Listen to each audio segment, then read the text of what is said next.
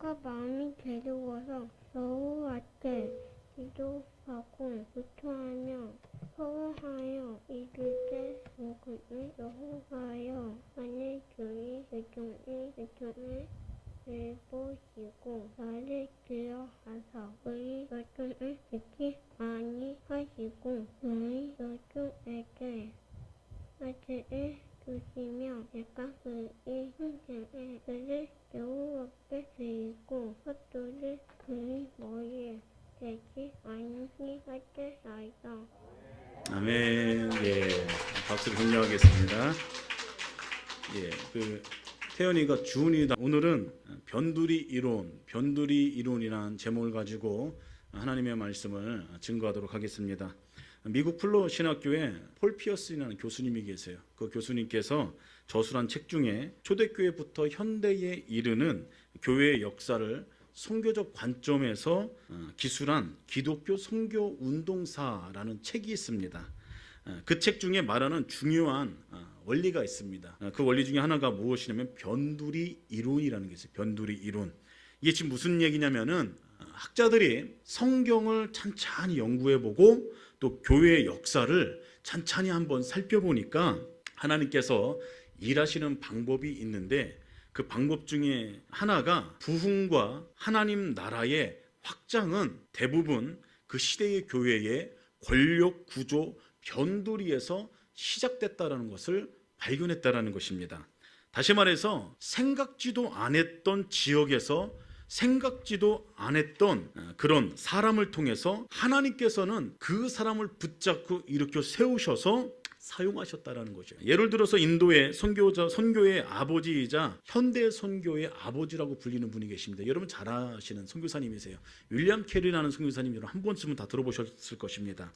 이 선교사님의 원래 직업은 구두 수송공이었습니다. 그리고 평신도 설교자였어요. 그는 32살의 젊은 나이로 자신의 삶의 터전을 전부 다 내려놓고 영국을 떠나 인도로 갔습니다. 그리고 그의 헌신을 통해서 영적으로 잠자고 있던 영국을 깨워서 영국을 선교하는 나라로 만들었다라는 것이에요. 하나님께서는 그 당시에 영국 교회를 사용한 것이 아닙니다. 영국 교회의 중심에 있었던 핵심 지도자들을 사용한 것이 아니에요. 선교의 문을 그들을 통해서 연 것이 아니라 아무도 모르는 촌동네의 구두 수송공이었던 윌리엄 캐리를 사용하셔서 세계 교회가 선교를 모르고 있었을 때에 선교의 문을 열었다라는 것이죠. 이처럼 하나님께서는 부흥과 하나님 나라의 확장은 대부분 그 시대에 아주 유명한 사람, 아주 꽤 능력 있는 사람, 중심에 있는 사람을 통해서 일하는 것이 아니라는 것입니다. 그런 것이 아니라 변두리에 있는 사람, 아무도 생각지 못했던 사람, 그 사람을 하나님께서 부르셔서 하나님께서 사용하셨다라는 사실입니다. 이것이 성경과 기독교 역사를 통해서 학자들이 이야기하고 있는 것입니다. 제가 지금 다시 한번 말씀드리자면은 하나님 나라의 확장과 부흥을 이야기하고 있는 것이지 성장을 이야기하고 있는 것이 아니라는 것입니다. 제가 느헤미야 설교를 하면서 부흥에 대해서 한번 말씀드린 적이 있을 것입니다. 그리고 부흥은 하나님 나라 확장은 성장과 연관성이 있으나 다르다라고 제가 이야기했던 것을 여러분들은 기억하실 것입니다. 그래서 현대 크리스찬에게는 부흥과 성장이라는 그런 개념을 좀 정리하실 필요가 있다라는 것입니다. 한 70년대, 80년대 교회들이 미국도 그렇고 한국도 그렇고 교회들이 급부상하기 시작했습니다. 성장하기 시작했어요. 특별히 한국 교회는 한국 경제가 성장하면서 교회도 부흥하기 시작했다라는 것입니다. 초대형 교회들이 된 교회들이 굉장히 많이 있습니다. 그리고 그 당시에 미국에서 유행했던 것이 있었는데 그 무엇이냐면은 교회 성장학이라는 것이 유행했었습니다. 그리고 그 교회 성장학을 배우기 위해서 한국의 수많은 목회자들이 가서 맥가브란이라는 교수님에게 그 교회 성장학을 듣고 한국 교회의 목회 전략에 적용하기도 했다라는 것입니다. 교회 성장학자였던 맥가브란 교수가 제시했던 교회 성장의 조건을 몇 가지를 제가 소개해 드리도록 하겠습니다. 여러분도 많이 공감이 되시는 내용일 것입니다. 그리고 수많은 대형 교회들이 이것을 가치를 두고 특별히 교회를 조직하고 그리고 교회를 이끌어가는데 이런 원칙을 세우기도 했다라는 것을 여러분 잘 아실 것입니다. 첫 번째는 교회에 목이 좋아야 한다라고 이야기를 하고 있다는 것이 무슨 얘기냐면은 좋은 장소, 사람들이 접근하기 용이하고 사람들이 즐겨 찾는 곳, 교통에 편리하고 사람들이 많이 올 수 있는 곳이어야 된다라고 교회 성장학에서는 그렇게 이야기하고 있습니다. 그리고 실제로 전략적으로 사람들이 목회자들이나 교회를 처음 개척하거나 교회를 이제 새롭게 이전하면서 그런 것을 염두에 두고 교회를 위치를 선정한다라는 것이죠. 저희 교회처럼요. 웃자고 하는 소리입니다. 예. 그리고 두 번째는 주차장이 확보되어 있어야 된다. 확보되어 있어야 한다. 즉 현대인은 불편한 걸 굉장히 싫어해요. 불편함을 감수하기를 현대인들은 싫어한다는 것입니다. 어지간히 교회가 꽤 번듯해 보여도 훌륭해 보여도 좋아 보여도 주차장이 없으면은 바로 돌려서 다른 곳으로 가는 게 현대 크리스찬의 모습이라는 것입니다. 그리고 그것을 신앙과 별개의 문제로 다루고 싶어 한다는 것이죠. 실제로 요즘 젊은 사람들은 데이터를 통계를 내는데 교회를 찾는, 그러니까 이사를 해서 교회를 찾는 조건 중에 몇 가지 요소가 있습니다. 첫 번째가 진리를 배우기보다는 교회 분위기가 좋아야 돼요. 교회 전체적인 분위기가 따뜻해야 됩니다. 시설도 좋아야 됩니다. 그리고 무엇보다도 아이들을 향한 어떤 그런 배려가 있어야 돼요. 그럼 젊은이는 그것을 보고 정착한다고 그럽니다. 그리고 한 가지 좀 의외인데 제가 얼마 전에 나눠준 기억이 나요. 교회 밥이 맛있어야 돼요. 그 교회 메뉴가 맨날 달라야, 식사 메뉴가 달라야 되고 교회 밥이 맛있으면 그 교회에 정착한다고 그래요. 참 의외입니다. 의외. 예. 제가 한 가지 얘기했어요. 진리를 배우기 집중하기보다는 다른 것에 집중한다라는 것입니다. 세 번째는 교회는 마케팅을 잘해야 된다고 이야기해요. 현대의 교회는 사실 목사님보다 연예인을 더 좋아합니다. 그래서 감동이 있는 간증, 어떤 유명한 사람이 찾아와서 재미난 이야기를 들려주는 것, 목사님 설교보다 더 인기가 많다고 그래요. 그래서 웬만한 교회들은 매일 프로그램을 돌립니다. 그래서 저녁 예배 때마다 유명한 사람, 꽤 은혜가 있는 간증거리가 있는 사람을 초청해서 그것을 이제 제공을 하죠. 예배 때. 그리고 어떻게 보면 지긋지긋한 목사님의 설교보다는 어떤 이제 새로운 정보가 많고 얻을 것이 있는 소위 감각이 뛰어난 목회자들의 설교를 선호한다라는 것이에요. 그래서 주위에 그것을 잘 알리고 교회를 잘 포장해서 다른 사람들에게 소문을 내라라고 그렇게 전략적으로 하고 있습니다. 이것이 입소문 마케팅이라고 부릅니다. 교회도 그러고 있다라는 것입니다. 네 번째로는 좋은 프로그램을 만들어야 된다라고 그렇게 이야기합니다. 프로그램은 기업의 좋은 상품이나 좋은 메뉴라고 그렇게 이야기할 수 있을 것입니다. 근데 근래에 들어와서 유행하는 교회에 인기 있는 교회들은 이런 프로그램들을 많이 개발해서 성도들에게 제공한다는 것입니다. 물론 이것들을 해야 됩니다. 교회들은 성도들의 영적인 풍성함을 위해서 바른 길을 걷게 하기 위해서 좀 더 건강함을 추구하기 위해서 부단히 노력을 해야 됩니다. 근데 이렇게 하면은 교회는 성장 안 할 수가 없습니다. 성장할 수밖에 없어요. 정말 폭발적인 성장을 하고 있는 것이 사실입니다.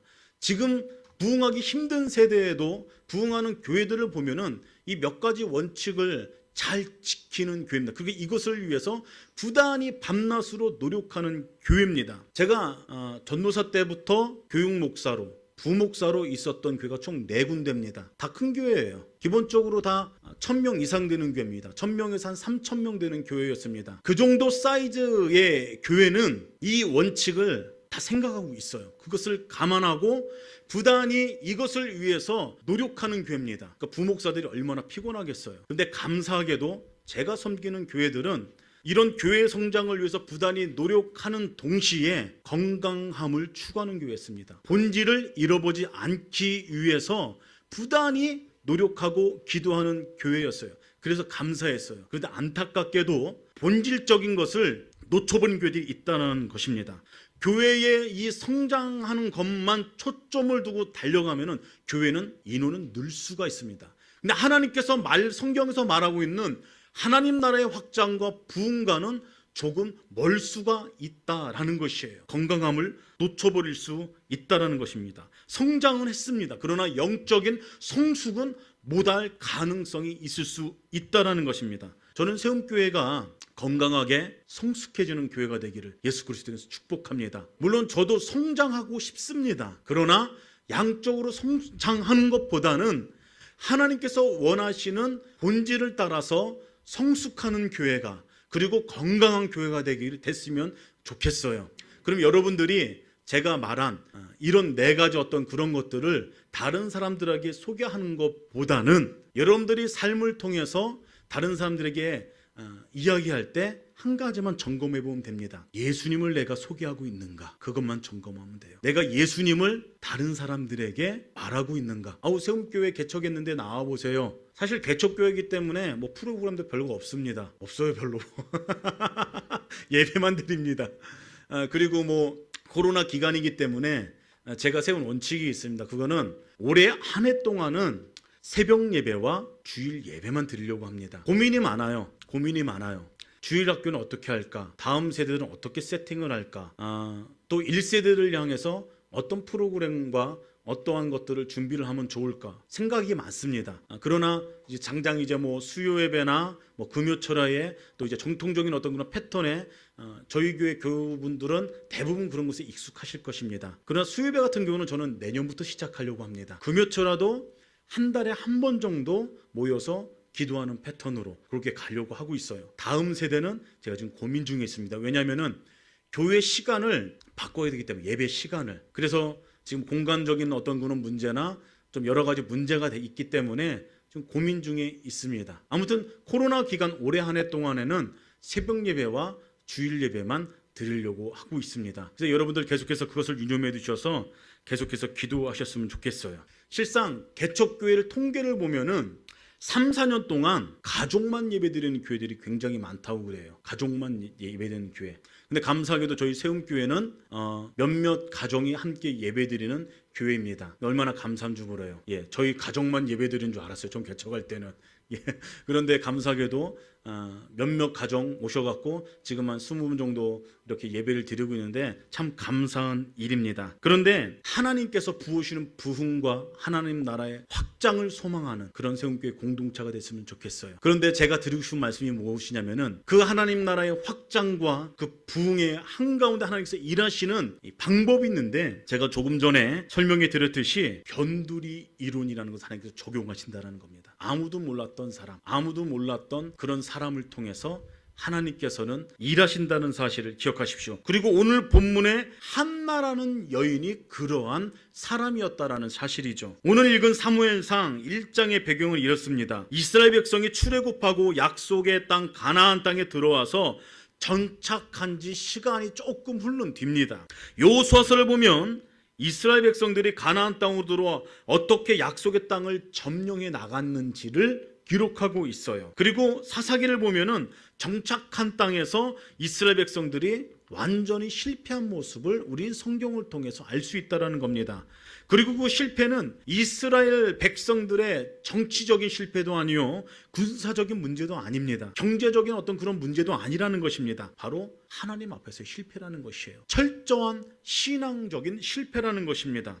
하나님 앞에 신실하게 서 있지 못함으로 인한 영적인 실패를 이스라엘 백성들이 범했다라는 것이에요. 그래서 하나님께서는 주변 나라들을 동원해서 이스라엘을 꾸짖는 내용으로 사사기가 기록되어져 있습니다. 그리고 오늘 본문은 사사시대를 그 종결짓는, 영적인 암흑기를 종결짓는 사무엘의 출생에 대해서 기록하고 있다는 것이죠. 세상에선 유명한 사람, 유능한 사람, 능력 있는 사람, 중심에 있는 사람, 그 사람들이 위대한 업적을 만든다라고 그렇게 생각하고 말하고 있지만은 성경에서는 조금 다르게 이야기하고 있다라는 것이죠. 기독교 역사를 보면, 성경을 보면 하나님께서는 정말로 연약한 그 한 사람을 통해서 찾으시고 그 사람을 통해서 하나님 나라의 맥을 이어갔다라는 사실을 기억하셨으면 좋겠어요. 그리고 하나님께서 사용하신 사람들의 특징이 있다는 것이에요. 그것이 오늘 한나의 특징이기도 합니다. 첫 번째가 무엇이냐면은 하나님의 마음을 헤아릴 줄 아는 사람이었다. 하나님의 마음을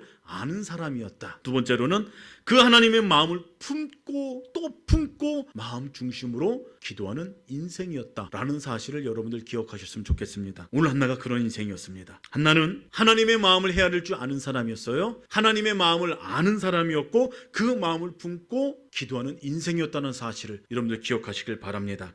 인간적으로 보면은 시골에 있었던 총구석에 있었던 참 아픔 많은 여인이 한나였습니다. 우리 1장 사무엘상 1장 1절에 보면 그렇게 나와 있죠. 에브람 삼지 라마다임 소빔이란 지역을 소개하고 있어요.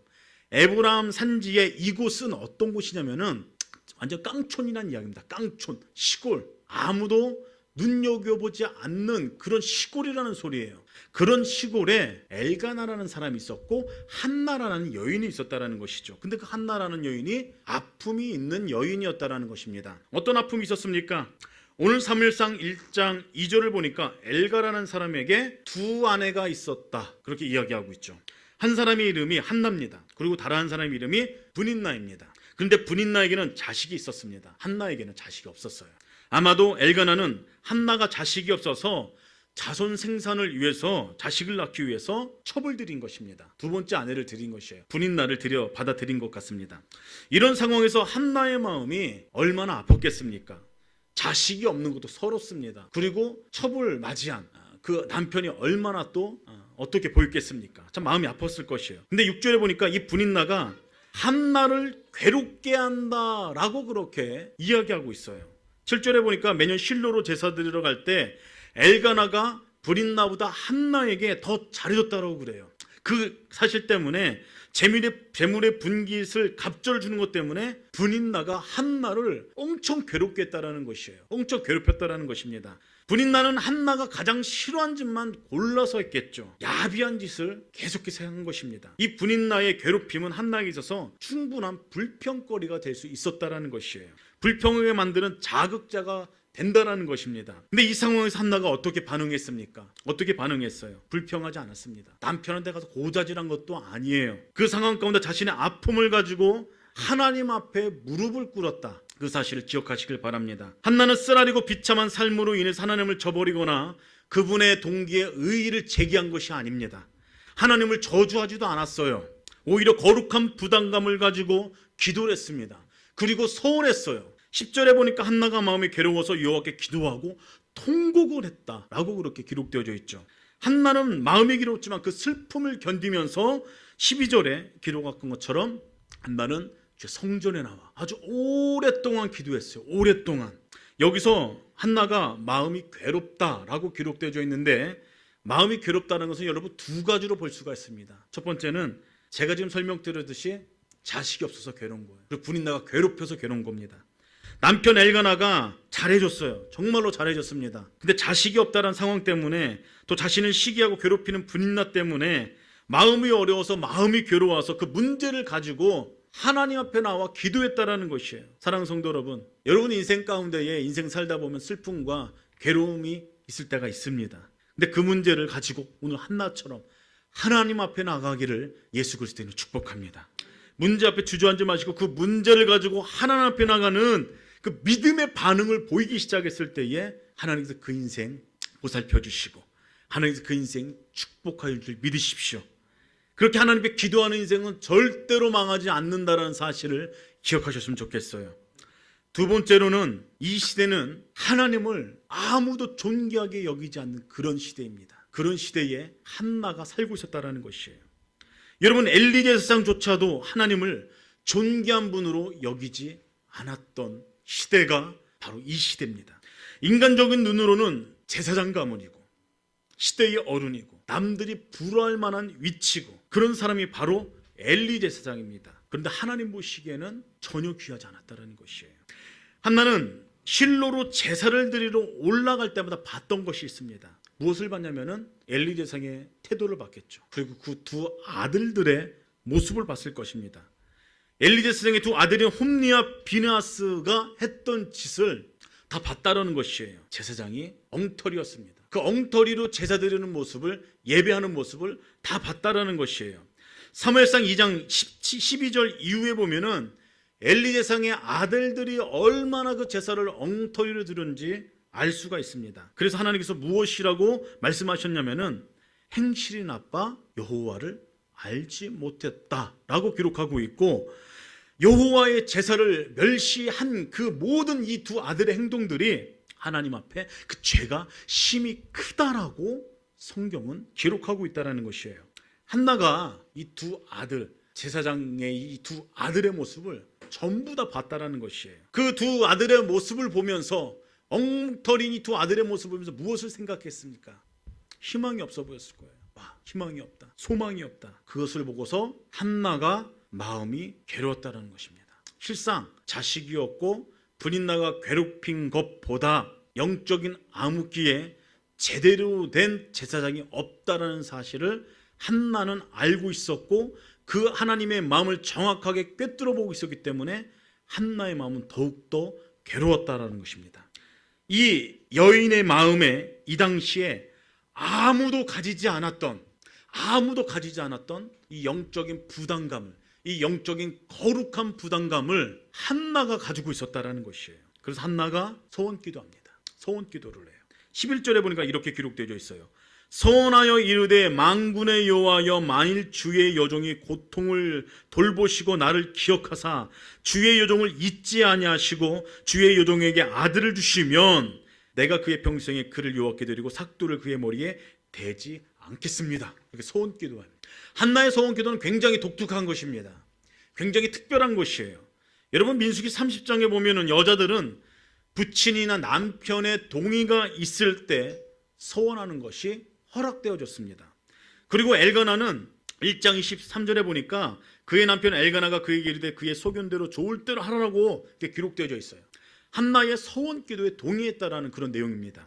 그리고 이 소원기도는 구약에서 살펴보면은 여자가 소원기도한 그 예를 찾아볼 수가 없어요. 그래서 이 한나의 소원기도는 굉장히 독특한 것이고 굉장히 중요한 것입니다. 그 내용이 무엇이냐면은, 하나님, 내가 자식이 없는데 나한테 아들을 주시면은 내가 다 신인으로 바치겠습니다. 그 내용이 평생에 여호와께 드리고 삭도를 그의 머리에 대지 않겠다고 고백하고 있는데, 이것은 내가 나 신인으로 하나님 앞에 드리겠다는 것이에요. 무슨 말입니까? 제사장으로 드리겠다는 이야기입니다. 제사장. 사실상 남편 엘가나의 위치는 제사장의 위치입니다. 참 이상해요. 성경에 보면은 엘가나는 에브라임 사람이라고 기록되어져 있어요. 근데 에브라임 사람, 다른 지파 사람, 레위 지파 이외의 사람들은 제사장이 될 수가 없습니다. 근데 성경을 찬찬히 보시면은 1장 1절에 나온 에브라임 사람이라는 것은 이건 지역을 이야기하는 것입니다.